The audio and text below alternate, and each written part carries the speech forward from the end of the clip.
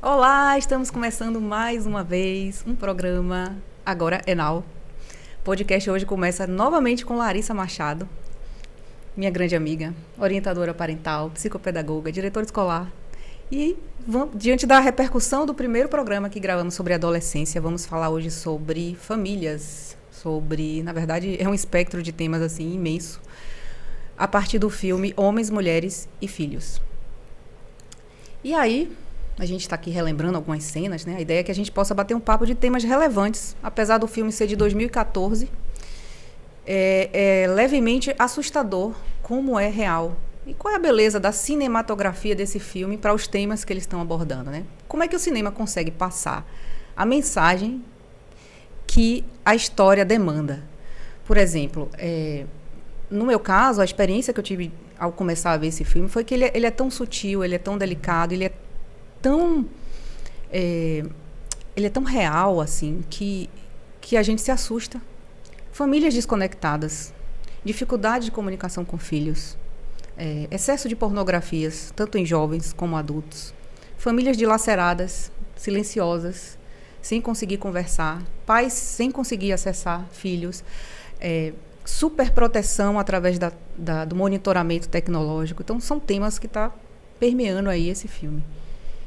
Qual é a consequência dessa hiperconectividade tecnológica afetando as relações familiares hoje, Lari? Um prazer, Nani, estar aqui de novo com você. Eu sempre digo isso, né? Você me convidar para qualquer tipo de ação, de projeto, eu estou dentro. Então, realmente, nosso primeiro podcast foi um prazer fazer. E a gente vê a repercussão, o quanto que uma fala, uma conversa nossa chega a pessoas e muda vida, gera reflexões. Vários pais, várias mães me procuraram dizendo como foi importante ouvir aquelas palavras. E a gente está aqui de novo trazendo, como você bem falou, temas de uma profundidade absurda, mas também do cotidiano da gente na atualidade. Temas extremamente contemporâneos, que o filme, que também tem um livro, né, que eu já tinha lido o livro também de uma densidade, de uma profundidade que nos atravessa, assim, que é impossível a gente ler e não se emocionar, e não muitas vezes eu me vi chorando a cada página. Então, são temas super atuais e que a gente precisa estar olhando cada vez mais, porque eles estão aí atravessando as nossas vidas, enquanto família. Então, de alguma forma, a gente precisa estar atento, muito atento aos impactos negativos que isso está trazendo. E um deles que o filme traz muito, como você falou, na sutileza, na delicadeza, mas muito real, muito verdadeiro, que como essa tecnologia, como esse mundo digital tem trazido um afastamento das relações humanas. Não é então curioso? As pessoas estão... Desculpa. Não, interrompendo. Não é curioso, Lari, que a tecnologia, ao mesmo tempo que aproxima, ou seja, você tem a capacidade de chegar a uma pessoa que está geograficamente distante, então há uma possibilidade de alcance absurda, mas ao mesmo tempo afasta, porque a gente tem uma camada tecnológica aí que às vezes nos esconde ou evidencia outros recortes da sua personalidade que não no dia a dia. Enfim, são dicotomias que estão aí presentes que a tecnologia interfere na presença das relações familiares. E é exatamente isso que o filme traz, porque todas as famílias, o filme mostra a dinâmica familiar, todo mundo muito presente. Os pais estão presentes, que é uma coisa que a gente discute, a ausência paterna, não, eles estão presentes fisicamente. Eles fazem parte do cotidiano, a gente vê cenas, né, de almoço em família, o pai entrando para dar boa noite, né, ao filho, o levar na escola, a gente vê cenas no carro. Então, existe uma presença física, mas existe um distanciamento emocional e psicológico muito grande. Então, eles estão juntos, muito mais numa tarefa de controle, porque imaginando que na adolescência isso é o que dá sucesso, mas esquecem do que é mais importante, que é o que a gente falou também na outra conversa nossa, a conexão, né? O estar presente emocionalmente para escutar o outro, se interessar pelo mundo do outro, trazer o outro para o seu mundo, ter diálogos verdadeiros, genuínos, interessado no que o outro está vivendo. E a gente vê vários adolescentes ali vivendo experiências diferentes de pornografia, como você falou, de sexualidade, início de sexualidade, de crise de identidade, o que é que ele é, o que é que eu sou, o que é que eu vou fazer. E os pais estão alheios a tudo isso. Os pais que deveriam ser as referências não estão sabendo o que está se passando no interior desse filho. E uma ânsia absurda de controlar para proteger, mas desprotege. Que a proteção vem muito mais da confiança, do permitir a autonomia, mas também trazendo a responsabilidade do que o controle. Você falou a palavra-chave aí, que eu ia exatamente pegar esse gancho, que é o controle. Sim. Lembra na nossa época, quando a gente saía e os pais ficavam preocupados com onde é que a gente estava, com quem a gente estava e que horas a gente ia voltar. E era telefone fixo, né? Então, hoje a gente tem uma possibilidade de monitoramento, de rastreamento. E até a gente vê isso presente em cenas do filme. Teoricamente, para a nossa geração, daria um conforto. Bom, já sei que meu filho está ali, então vou ficar despreocupada, mas esse excesso e essa invasão de privacidade e da subjetividade do seu filho acaba afastando, ao invés de aproximar, ao invés de ser um controle saudável, de proteção, de cuidado. Na verdade, a gente percebe no filme as grandes consequências desse monitoramento excessivo, né? Tem cenas de Black Mirror também que traz esse assunto, sim, que é muito punk.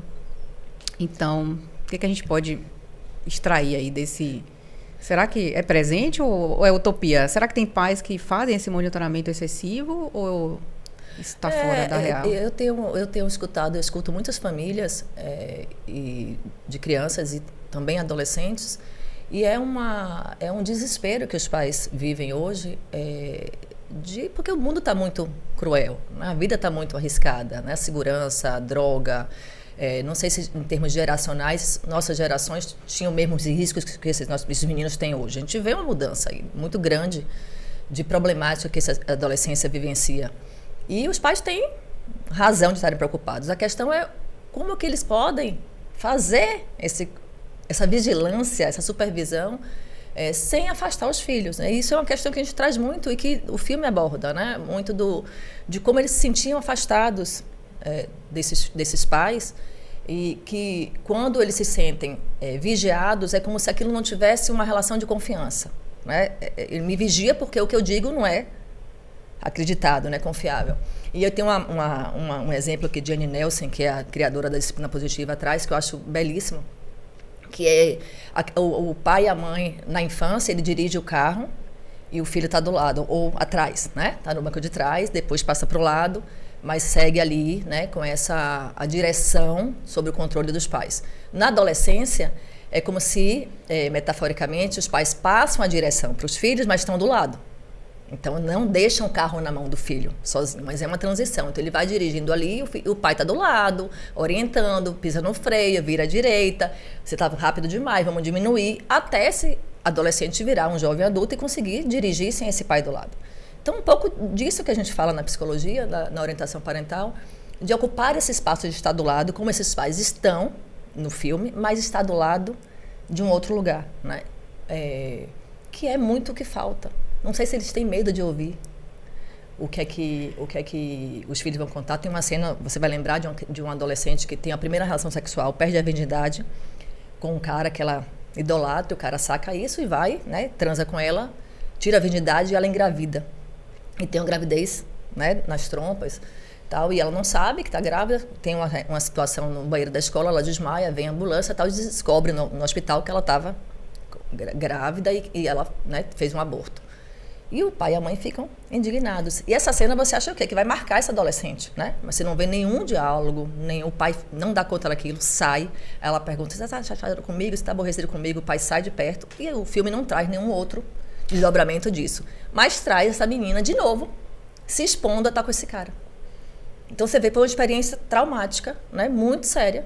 E que isso não é tratado, a gente fala assim, muito lugar do silêncio nas relações, né? Esse pai não suporta imaginar que essa filha fez uma coisa realmente inconsequente, irresponsável, que marcou a vida dela, e ele não consegue dar conta de usar essa situação extremamente potente, sofrida, para esse jovem poder aprender algo com isso.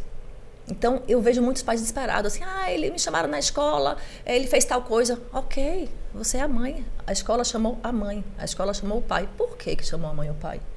Porque quem deve sustentar isso. E usar essa situação não para punir, aumentar a dor desse filho, mas fazer com que ele entenda que as ações dele, as escolhas dele, as ações dele vão levar ele para um lugar ou para o outro, e que a gente vai estar ali para dizer, olha, parabéns ou que pena. Porque a vida é desse jovem, ele precisa arriscar. A adolescência tem esse lugar de arriscar, de quebrar padrões, de testar limites, de questionar valores. Mas a gente precisa ter alguém do lado para ir dando o famoso freio de arrumação. Para ser os pilares. Está faltando. Né? Tem uma pergunta que permeia, mais uma vez, nesse tema da conexão, né, com os filhos, que é, você confia no seu filho? Sim. Claro, todo pai, toda mãe vai dizer, claro, meu filho é maravilhoso, meu filho é isso. Mas você está acessando verdadeiramente a comunicação assertiva com seu filho de forma positiva, que vai trazer consequências positivas no futuro? Então, eu estava discutindo essa cena com algumas colegas e elas falaram que mães ou avós, no passado, puniam o erro. Era proibido errar. Olha, se fizer coisa errada, se acontecer alguma coisa errada, você ainda vai tomar uma punição. Isso da confiança que você estava falando, né? Como é que se constrói essa confiança? Porque você traz uma explicação, né? Uma dinâmica de uma relação extremamente autoritária, que era muitas gerações antigas, né? Assim, a gente tem muito mais exemplos de um distanciamento desse pai e dessa mãe e com o medo que regulava as relações. A gente passa hoje para um outro oposto, que são relações muito permissivas, os pais muito colados nesses filhos, né? Muito amigos desses filhos, que tudo bem, a amizade é importante, mas eles, como a gente falou da outra vez, eles não são amigos, porque amigo faz nem sempre aquilo que o outro quer, faz aquilo que precisa. Então, o pai tem uma função de autoridade. E não necessariamente baseada no medo. O que é mais difícil construir? É que esse filho não faça tal coisa, não por medo do pai bater, ou do pai tirar o carro, ou ficar sem festa, porque a gente fala isso, ele calcula o prejuízo. Então, meu pai vai tirar meu carro na próxima semana, mas essa festa é mais importante, eu vou mentir, vou para a festa, depois eu pago o preço disso. Então, vira uma barganha. O que deve regular esse comportamento do jovem, do adolescente, numa relação de respeito com esse pai e com essa mãe, é o medo de ele cair aos olhos, decepcionar esse pai que é uma figura de referência para mim. Se o pai souber disso, ele vai ficar muito triste, vai ficar decepcionado. Então, eu não quero gerar esse sentimento no meu pai. Isso se constrói ao longo da vida. Então, eu não vou, porque meu pai não vai deixar de confiar em mim. Eu vou brigar, eu vou falar, vou argumentar. E ainda assim, eu posso não ir, mas a minha relação de confiança não se quebra. Aí pensa, isso é utopia, não é não. Né? Isso se constrói quando os vínculos são muito fortes. Quando o pai também e a mãe também conseguem se colocar nesse lugar de quem escuta, de quem também é vulnerável. Né? De que a dinâmica hoje, que a gente fala muito calcada nessa construção do respeito. Então, você é um exemplo vivo daquilo ali. Então, eu vejo vários pais, porque ele passou, vai pra festa e não me atende quando eu ligo e tal. E quando ele liga pra você? Você atende? Às vezes. Então, aí a mãe fala, pra mim não tem nenhuma vez que eu ligue que ele não me atenda. Por que ele atende a mãe toda vez e o pai ele não atende? Porque tem uma construção ali que é natural, é espontânea, ele não vai mensurar. Porque a relação com essa mãe, ou vice-versa, eu estou dando exemplos aqui, aquilo é construído, aquilo é um hábito. E aí, aquilo, sabe, natural. O outro, meu pai, às vezes eu ligo, meu pai não atende, então eu não atender meu pai, está naturalizado. Então, é um exemplo muito simples, né? Muito banal, mas que para exemplificar essa construção que se dá ao longo da vida nessas relações entre pais e filhos e como isso marca os comportamentos desses meninos. Né? Não sei se você lembra aquela cena que a mãe... tem uma mãe, um personagem no filme, que ela é extremamente controladora. Ela controla mesmo tudo, as mensagens, todos os sites, tudo que a filha... Ela rastreia, né, a filha, tanto fisicamente quanto na rede. E a menina sabe disso e acaba fazendo, né, encontrando formas de driblar isso aí. Sempre, né? Porque eles são inteligentes demais e muito hábeis. Então, sempre vai existir uma forma. E também, ok, né? Espero que não seja a forma para poder driblar essas coisas que são realmente... a saúde mental dela era driblar essa mãe. Porque a mãe realmente era muito persecutória, muito controladora, né? Tinha um funcionamento aí mental, né? Um transtorno mesmo. E ela, para se tornar saudável, encontrou esse caminho. Mas, quando a mãe descobre, depois de muitas investigações, que ela tem um site, né? Clandestino, né? Escondido. Aí a mãe vai e deleta tudo. E essa menina se encontrava ela nesse espaço. Então você pensa que aniquilamento essa menina sofreu. Aniquilada. A identidade dela foi toda para o espaço. E qual era o desejo da mãe? A mãe jamais imaginava, né? Jamais queria. Era proteger, era amor. Mas olha que estrago que essa mãe fez. Né?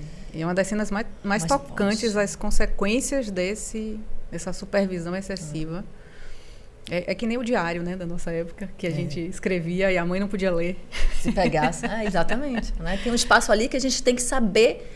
A gente E aí, Larissa, a gente não acompanha? Não, é fundamental. Rede social, ninguém deixa um filho num lugar público arriscado. E dentro do quarto, com internet e acesso à rede social, né, sem supervisão, também é aniquilador. Então, precisa estar presente, mas construindo isso. Quanto mais velho esse jovem, mais você vai dando autonomia e acompanhando, né? A corda a gente vai soltando à medida que você vai vendo a resposta do outro. Né? Quanto o outro está maduro, quanto que ele assume pequenas consequências, quanto que ele é responsável, quanto que ele dá um passo atrás e faz né, um estragozinho. Então eu vou ali voltar, puxar a corda um pouquinho, depois vou renegociando com ele. É importante essa construção de dar espaço, avaliar como ele está respondendo. Respondeu bem, vai soltando mais, não respondeu, você vai aprendendo de novo, como um acompanhamento. Está ali do lado, ó, no banco do lado. E não como você falou, né, da punição, do medo, porque eles se isolam. É uma eterna construção. E isso tem muito a ver com a sexualidade do jovem, né? E como é que é hoje? É fácil falar de sexualidade? Porque se a gente não falar como pai, mãe, a internet vai dizer tudo. Então, tem outras vias aí de conhecimento, de busca, né? De descobrimento. E de uma forma muito diferente do que é a realidade. Quais são as distorções? A gente, eu não sei aqui, né? O pessoal que está aqui atrás, qual era o primeiro contato com a sexualidade em termos de representação? Era a Playboy, né? Que era um nu artístico, assim, né? Eu tenho um irmão mais velho, então ele tinha lá de pegar a Playboy escondida. Tá? Era isso. Hoje os meninos têm acesso a vídeos pornográficos, né? De uma performance surreal. Que esse adolescente imaginar que isso é a vida sexual, né? No cotidiano, na vida comum de todos nós, é uma exigência inalcançável.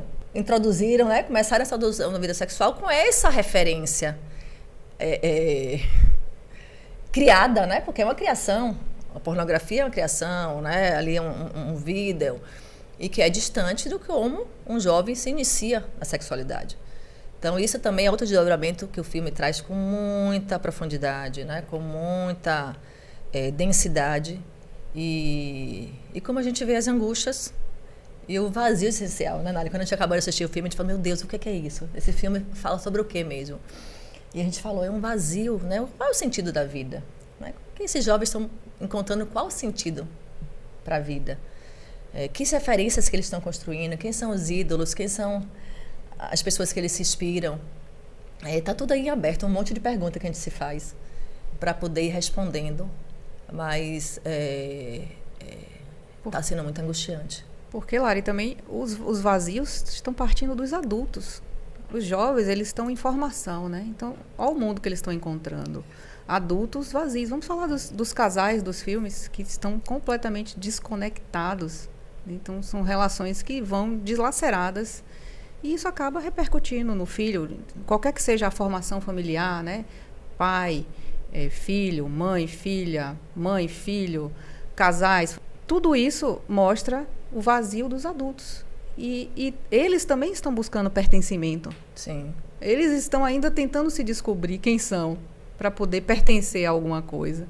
E isso acaba os desconectando dos seus laços familiares.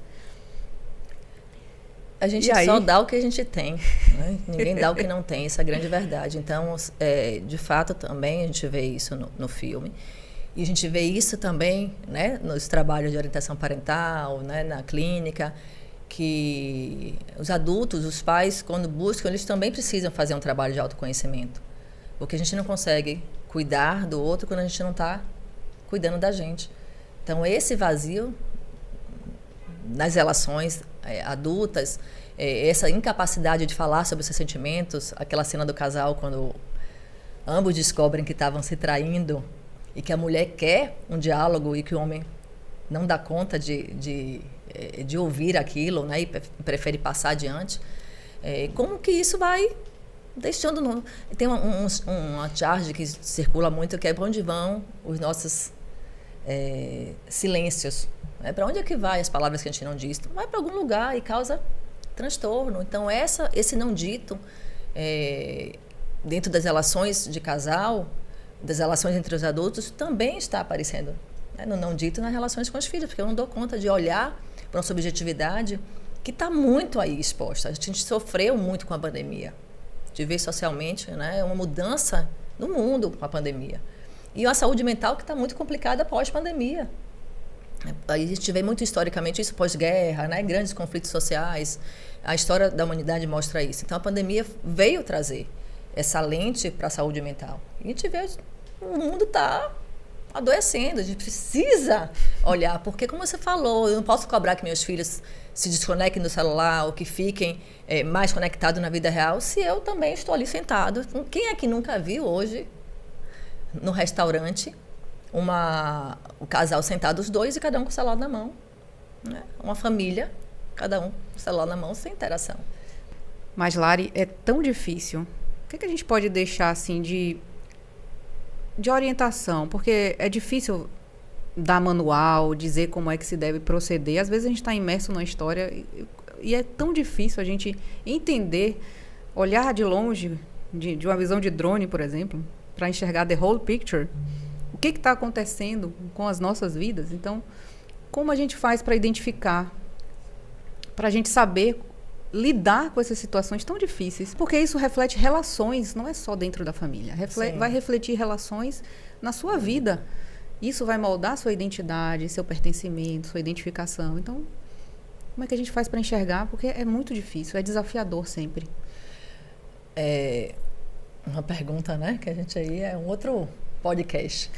Mas é muito importante, porque a gente traz várias polêmicas, reflexões aqui. E o que a gente faz com isso? Né? O papel também é a gente trazer luz para indicar caminhos possíveis para esses pais encontrarem, que estão dando conta, de certa forma, dessa educação, dessa formação desses filhos. Então, o primeiro ponto, a parentalidade mexe demais com a gente, porque a gente revisita os filhos que nós fomos e que nós somos, os pais que nós tivemos, o que é dos pais que a gente ama e quer repetir, o que é dos pais que a gente abomina, que a gente não quer repetir, se vê fazendo igualmente na hora da ação.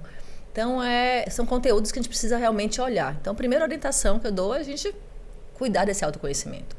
Filho traz isso pra gente. Quem tem filho sabe que acho que a maior transformação que um ser humano pode passar é gerar outro ser humano e se haver com isso diariamente e para o resto da vida. Então, esse atravessamento das nossas histórias, do que nós fomos, do que nós somos e como a gente vai fazer isso com quem vem através da gente, é muito importante a gente tomar consciência cada vez mais. Então, autoconhecimento é a coisa que a gente mais indica como um caminho muito potente, né? E, para além disso, quanto mais a gente se conhece, mais a gente consegue se abrir para conhecer o outro. Então, essa possibilidade do diálogo, de estar próximo, de ouvir com clareza, mas também ter segurança de que é importante a gente frustrar e dar limite, sem medo de perder o amor. Isso é amor.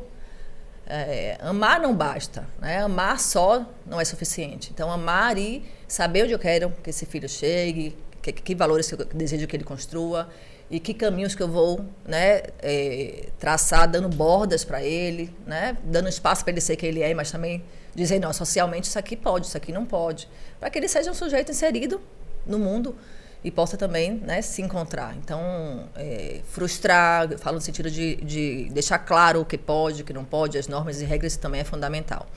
E isso implica no tema que é, né, central da nossa discussão hoje, que é a tecnologia.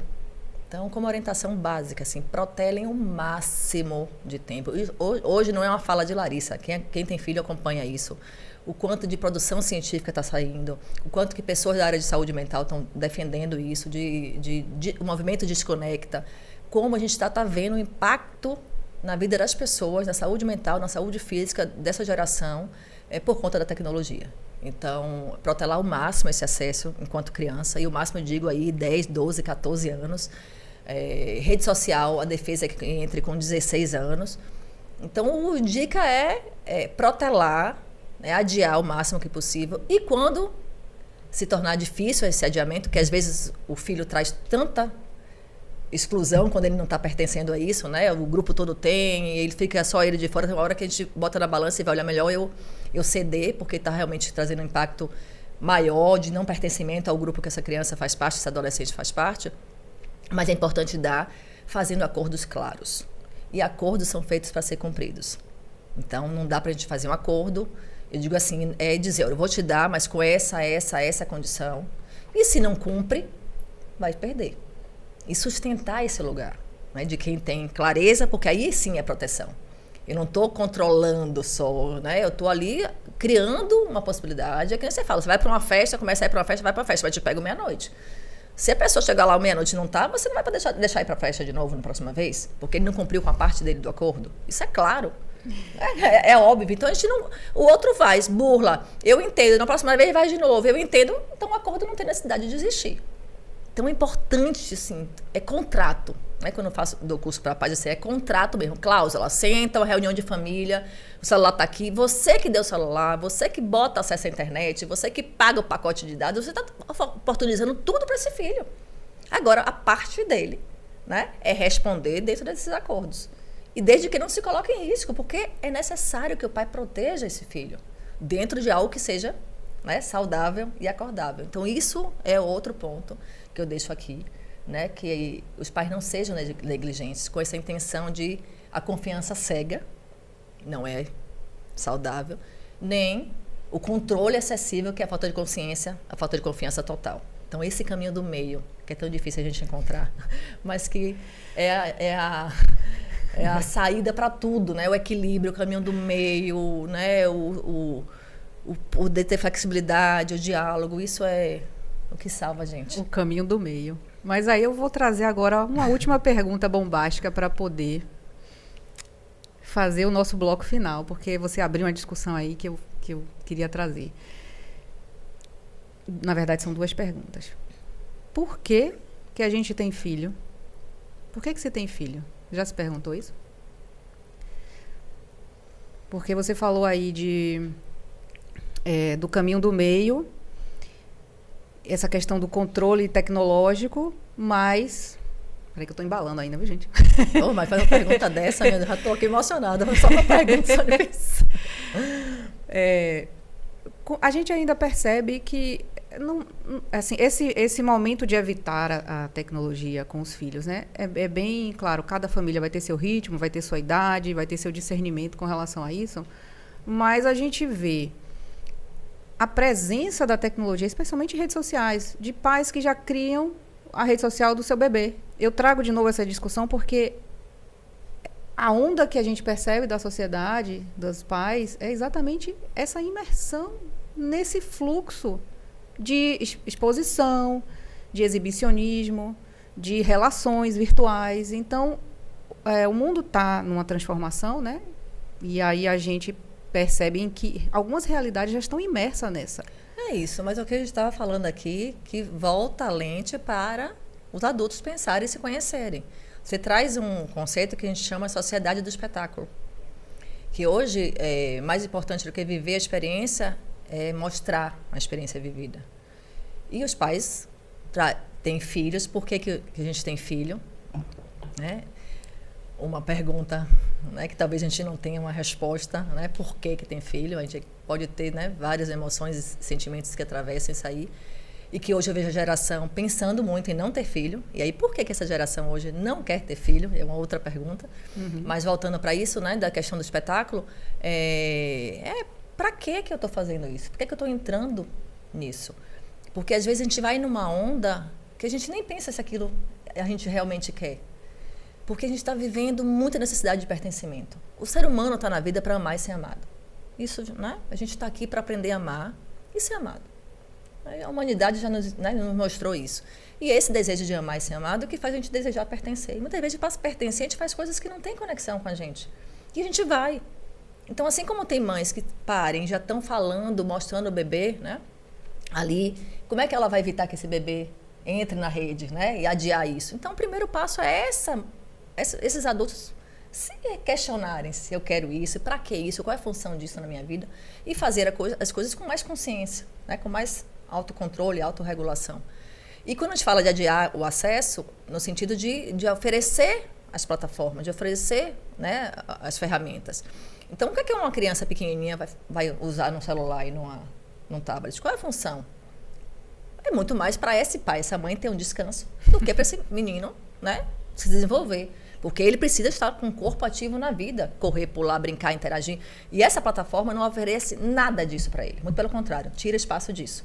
Então, é, né, nefasto, mas ainda assim os pais oferecem. Então, no sentido de adiar, protetivo, porque não tem função. Agora, em outro momento que eu não possa ter função de conexão, de troca, uma criança mais velha, 10, 12 anos, um adolescente, aí o caminho do meio, eu vou começar a introduzir, mas com todo o cuidado protetivo que a situação merece.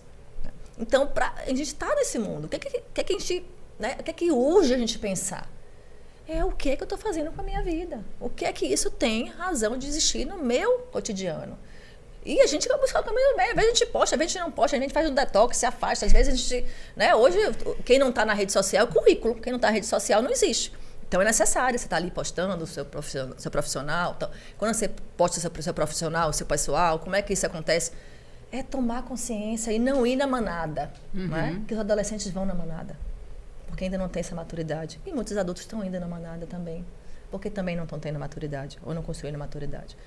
Então, volta para aquele pilar do autoconhecimento, da reflexão, né, do que a gente quer para a nossa vida, né, do que a gente está fazendo aqui, qual é o sentido da existência, né, e por que a gente tem filho? Né? No final das contas... O filho o meu está aqui, me olhando. O filho é para transformar a gente.